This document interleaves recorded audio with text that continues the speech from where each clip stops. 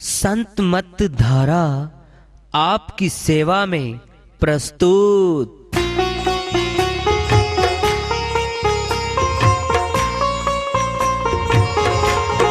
जो चाहता है प्रभु प्यारा वो आओ संत मत धारा। भक्ति भेद बता कर सारा वो कर दे भव के पारा। जो चाहता है प्रभु प्यारा वो आओ संत मत धारा। भक्ति भेद बता कर सारा वो कर दे भव के पारा। जो चाहता है प्रभु प्यारा।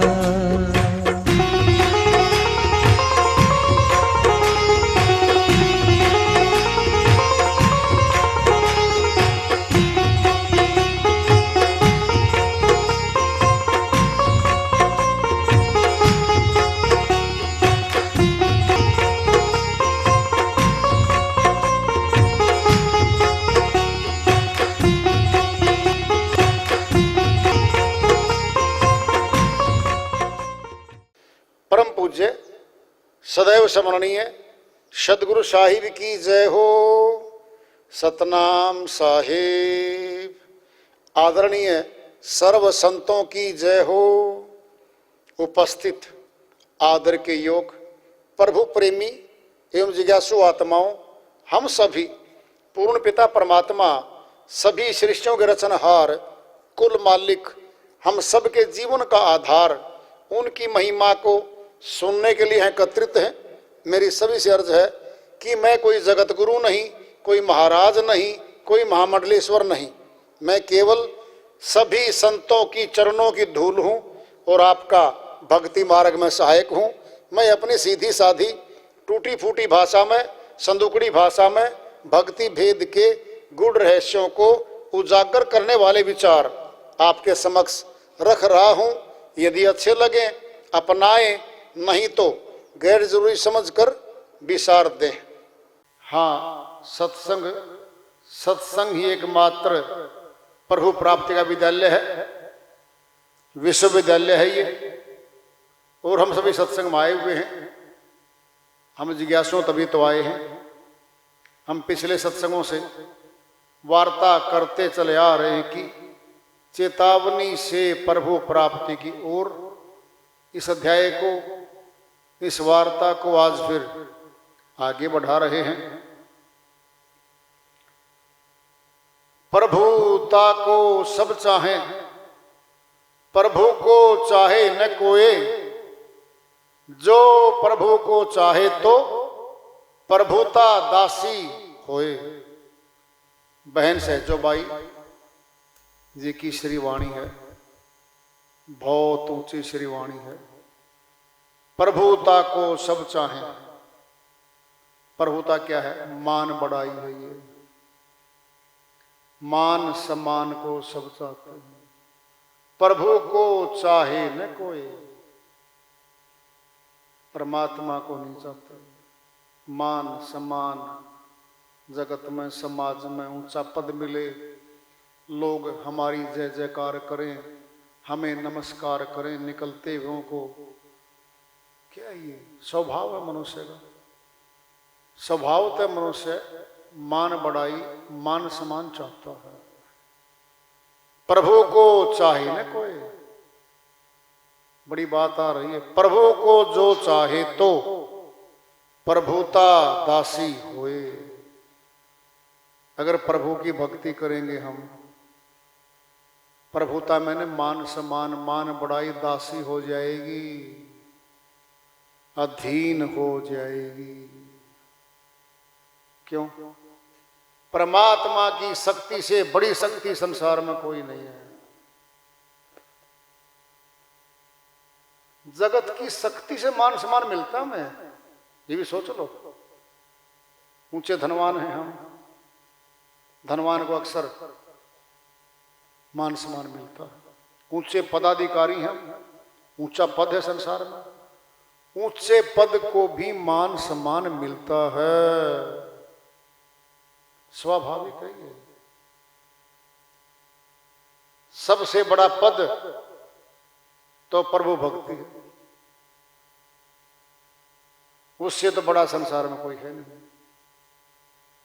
सही समझा रहे हैं, प्रभु को जो चाहे तो प्रभुता दासी होए।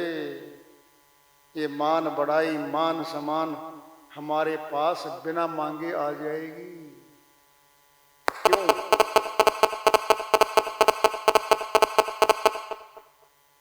क्यों आ जाएगी? कैसे? समझो पहले कैसे। जो प्रभु भक्त होते हैं, प्रभु की महिमा का गुणगान करते हैं। जब प्रभु की महिमा का गुणगान करते हैं वो, तो परमात्मा सर्वोपरि है, सर्वशक्तिमान है, सर्वोच्च है। तो सभी का ध्यान उस वक्ता की तरफ जाता है। बिना कहे हम उसको नमस्कार करने लगते, कहते भी वाह जी बहुत अच्छा सुनाया आपने, तो आप तो अच्छे जानकार हो। क्या मिल रहा हमें? मान सम्मान मिल रहा है, और बिना मांगे ही मिल रहा है। स्वाभाविक है, मनुष्य का स्वभाव है ये। हमें कोई विशेष पहनावे वाला जो साधु वेश में है, हम साधु वेश को नमस्कार करते, प्रणाम करते, स्वाभाविक है। जब वो हमारे सामने आता है हम उसको नमस्कार करते हैं, प्रणाम करते हैं। क्यों करते हैं? हमें पहले से सनातन में अनुभूति है कि वो परमात्मा के चाहने वाले हैं, मालिक को चाहते हैं वो।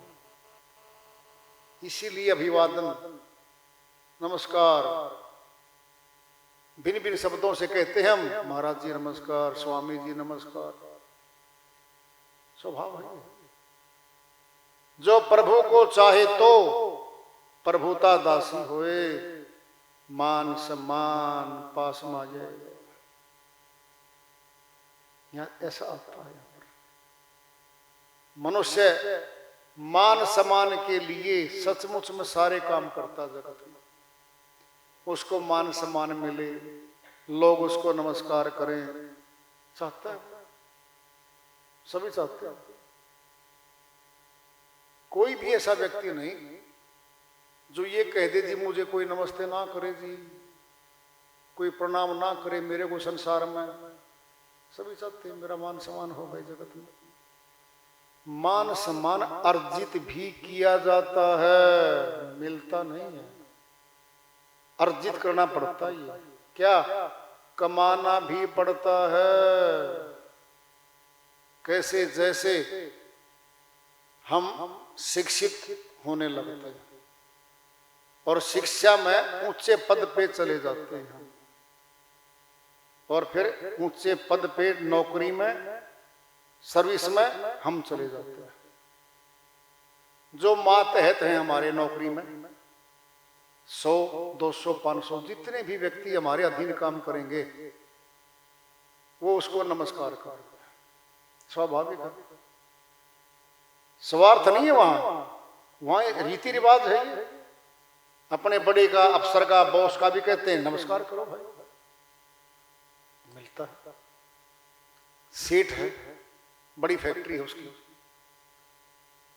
2000 वर्कर काम करते हैं उसमें, और सेठ जी गेट पर बैठे, कुर्सी बैठे, सभी प्रणाम करके अंदर जा रहे हैं। और सेठ जी शायद 10वीं पास हो और इंजीनियर B.Tech M.Tech किए हुए उसके वहां नौकरी करते हैं। देखो आप उसको नमस्कार करते हैं सेठ जी को। अगर ये देखे ना, नहीं जी हम तो M.Tech हैं, ये 10वीं पास है सीधा। अरे 10वीं पास नहीं है वो, बहुत ऊंचा पद है उसके पास, धन धान्य का, ये भी ऊंचा पद है। भगत का भी मान सम्मान होता है समाज में। ऐसा नहीं है कि उसको तिरस्कार मिलेगा, नहीं, मान सम्मान होता है। एक दृष्टांत आता है, एक साधु भिक्षा तो नहीं मांगते थे, अगर कोई बुला के भोजन करा दे या कुछ मान सम्मान में दे दे तो उसको लिखते थे, ग्रहण करते थे। एक बहन जी अंदर से 2 रोटी पकाकर और देखती थी वो साधु आ रहा है, और उसके सामने दिखा के और अपने रैंप पे जो खिड़की होती है बाहर उसके स्लैब पे रख देती थी। ये उठा लेकर खा लेगा। वो रोटी को उठाता तो 2 शब्द बोलता था, जो बुरा करेगा वह उसके पास रहेगा, जो भला करेगा, जो दूसरे का भला करेगा उसके पास वह भला लौट कर आएगा। ये शब्द बोलता था। काफी दिन हो गए बोलते हुए। उस माता जी ने, बहन जी ने सोचा ही आगे कुछ बोलता ही नहीं, अहंकार आएगा, मैं इसको खाना खिलाती हूँ, इसके आगे भोजन धर के जाती हूँ, ये ऐसे बोलता रहता है। गुस्सा आ गया, और गुस्से में ये आ गया, मैं जहर मिला के रख दूंगी तो मर जाएगा। वो क्या बोलते, कुविचार आ गया अंदर, ले आई जहर, एक रोटी मिला दिया। फिर साथे विवेक आ गया, बुद्धि आ गई, इतना बुरा कर्म करेगी तुम। ओहो, वो रोटी फूंक दी, रोटी फूंक दी वो जहर वाली। बढ़िया रोटी दो, फिर वहां रख के आई। अब रख के आई तो फिर वही बात बोल रहा वो तो, जो भला करता है वह उसके साथ रहता है, और जो दूसरे का ना, जो बुरा करता है वह उसके साथ रहता है, जो दूसरे का भला करता है वह भलाई उसके पास लौट कर आती है। चला गया उस बहन जी का इकलौता पुत्र लगभग 10 महीने से बाहर काम पे गया हुआ था। न चिट्ठी आई, न कोई पता आया। चिंता में दुखी रहती थी कि मेरे बेटे का कोई पता नहीं आया, पता नहीं जिंदा है, पता नहीं मर गया। अर्जी लगाती है, जो मैं साधु को कुछ परमार्थी कर्म करती हूँ, मुझे मेरे बेटे का कुछ पता चाहिए। होता क्या है, वह जो है उसका पुत्र चल पड़ता है, घर से चलता है, नवा फैक्ट्री से, जैसे तैसे चलते चलते रास्ते में व्हीकल नहीं मिला, पैदल ही चल पड़ा। पैदल चल पड़ा तो वो जो है दोपहर बाद लगभग अपने गांव के निकट था। जोर की भूख लगी हुई थी, और जो साधु रोटी लेके जाता था वह दोनों रोटी, एक तो खाता था दोपहर को, एक खाता था शाम को। एक रोटी खा चुका था, एक उसने रख दी झोंपड़ी में। वो जो लड़का आ रहा था भूखा प्यासा, गिरने को हो रहा था, उसने देखा तो लड़का गिर गया। साधु भाग के गया, भाई पानी पिलाया उसको। कहता भूखा हूं मैं, 2 दिन से मैंने कुछ नहीं खाया। रोटी निकाल के ले आया, रोटी को खिलाया, पानी पिलाया, और वो कुछ आराम मिला उस बच्चे को। जवान था, 22-24 साल का था। फिर साधु बोलता है वही बात है, जो बुरा करता है वह उसके पास रहता है, जो दूसरे का भला करता है वह लौटकर उसके पास जरूर आता है। ये बात सुनी उस बच्चे लड़के ने, वह अपने घर चला गया। उसको देखकर उसकी माता बहुत खुश हुई, प्यार किया, उसके गले मिली, फिर बैठ गए, बात चली, कैसे हुआ क्या हुआ।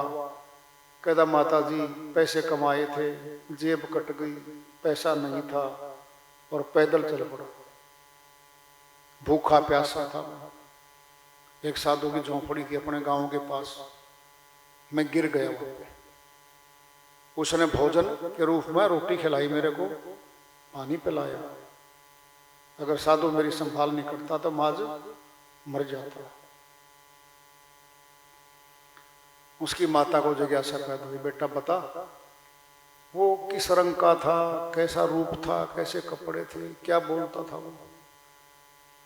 तो उसने बात बोली कि माता जी उसने ये कहा कि जो बुरा करता है वह उसके पास रहता है, जो दूसरे का भला करता है वह लौटकर उसके पास जरूर आता है।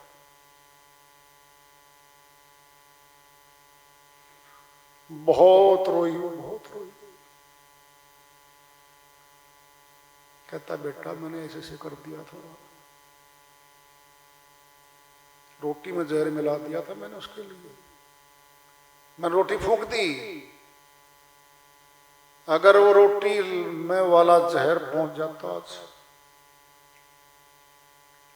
और वो नहीं खाता और तू खाता उसको, आज तू मर जाता। चल मेरे को ले चल उसके पास। दोनों माँ बेटा गए भाई साधु के पास। माफी मांगती है वो, हे साधु मुझे माफ कर दो। कहते बेटा माफी क्या बात है। कहता मैं बहुत बुरा पाप कर्म कर बैठी थी। क्या कर बैठी थी? मैं दुखी हो गई थी आपकी शब्दों से, मैंने जहर मिला दिया था एक रोटी में, वो रोटी मैंने फूंक की, और वो रोटी अगर आपको दे देती आप तो यार रखते, और उस रोटी को मेरा पुत्र खाता, ये मर जाता। कहता बेटी दूसरा शब्द नहीं सुना तूने? जो भला करता है दूसरे का लौट कर वापिस आता उसका। ये तेरी भलाई थी जो लौट कर तेरा पुत्र भाया है। ये है वो दूसरे का भला, कितना करता इंसान। क्या दूसरे का बुरा करता तो बुरा नहीं आता? बुरा भी आता है, बराबर काम है। बुरा भी उसके साथ रहता है। इसको थोड़ा समझ लो। बुरा तो बुरा करने वाले के साथ रहता है, अर्थात वहीं जमा हो गया, बुरा करते ही साथ जमा हो गया। और दूसरे का भला करने से लौट कर कैसे आएगा? ये घूमेगा, ये भलाई घूमेगी, क्योंकि दूसरे के प्रति हुई है। उस फल का, कर्म का फल का घूम के फल आया। साधु के द्वारा, बेटे के द्वारा वो आया फल, वो बच गया। देखो उसके घर आ गया। दूसरे का भला किया कर्म लौट कर आएगा। कई बार तुरंत नहीं आता, कुछ काल के बाद आता है। तो किए गए कर्म के फल मिलते हैं, निश्चित है। ये कबीर साहिब की श्री वाणी आ रही है, भजन के माध्यम से उसको लेते हैं। साहिब अपनी श्री वाणी में फरमाते हैं, मनवा नाम सिमर ले रे, आवेगा तेरे काम नाम की वालद भर ले रे। मनवा नाम सिमर ले रे, आवेगा तेरे काम नाम की वालद भर ले रे। मनवा नाम सिमर ले रे। खोटी खोटी करे कमाई कुछ तो डर ले रे। खोटी खोटी करे कमाई, कुछ तो डर ले रे। आगे ठाड़े धर्म राय तेरी, आगे ठाडे धर्म राय तेरी। खूब खबर ले रे। मनवा नाम सिमर ले रे, आवेगा तेरे काम नाम की वालत भर ले रे। मनवा नाम सिमर ले रे। सतगुरु कहते बात ज्ञान की, चित में धर ले रे। सतगुरु कहते बात ज्ञान की, चित में धर ले रे। मनुष्य जन्म की सफल कमाई, मनुष्य जन्म की सफल कमाई, याही कर ले रे। मनवा नाम सिमर ले रे, आवेगा तेरे काम नाम की वालत भर ले रे। मनवा नाम सिमर ले रे। मुश्किल है भव सागर तिरना, नाके पर ले रे। मुश्किल है भव सागर तरना, नाके पर ले रे। सतनाम की नाव बनाकर, सत्य नाम की नाव बनाकर, तू पार उतर ले रे। मनवा नाम सिमर ले रे, आवेगा तेरे काम नाम की वालत भर ले रे। मनवा नाम सिमर ले रे। काम क्रोध मद लोभ मोह पांचों से डर ले रे।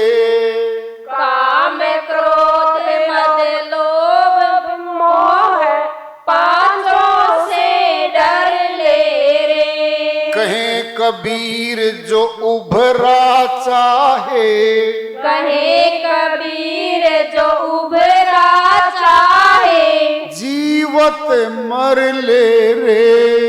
मनवा नाम सिमर ले रे, आवेगा तेरे काम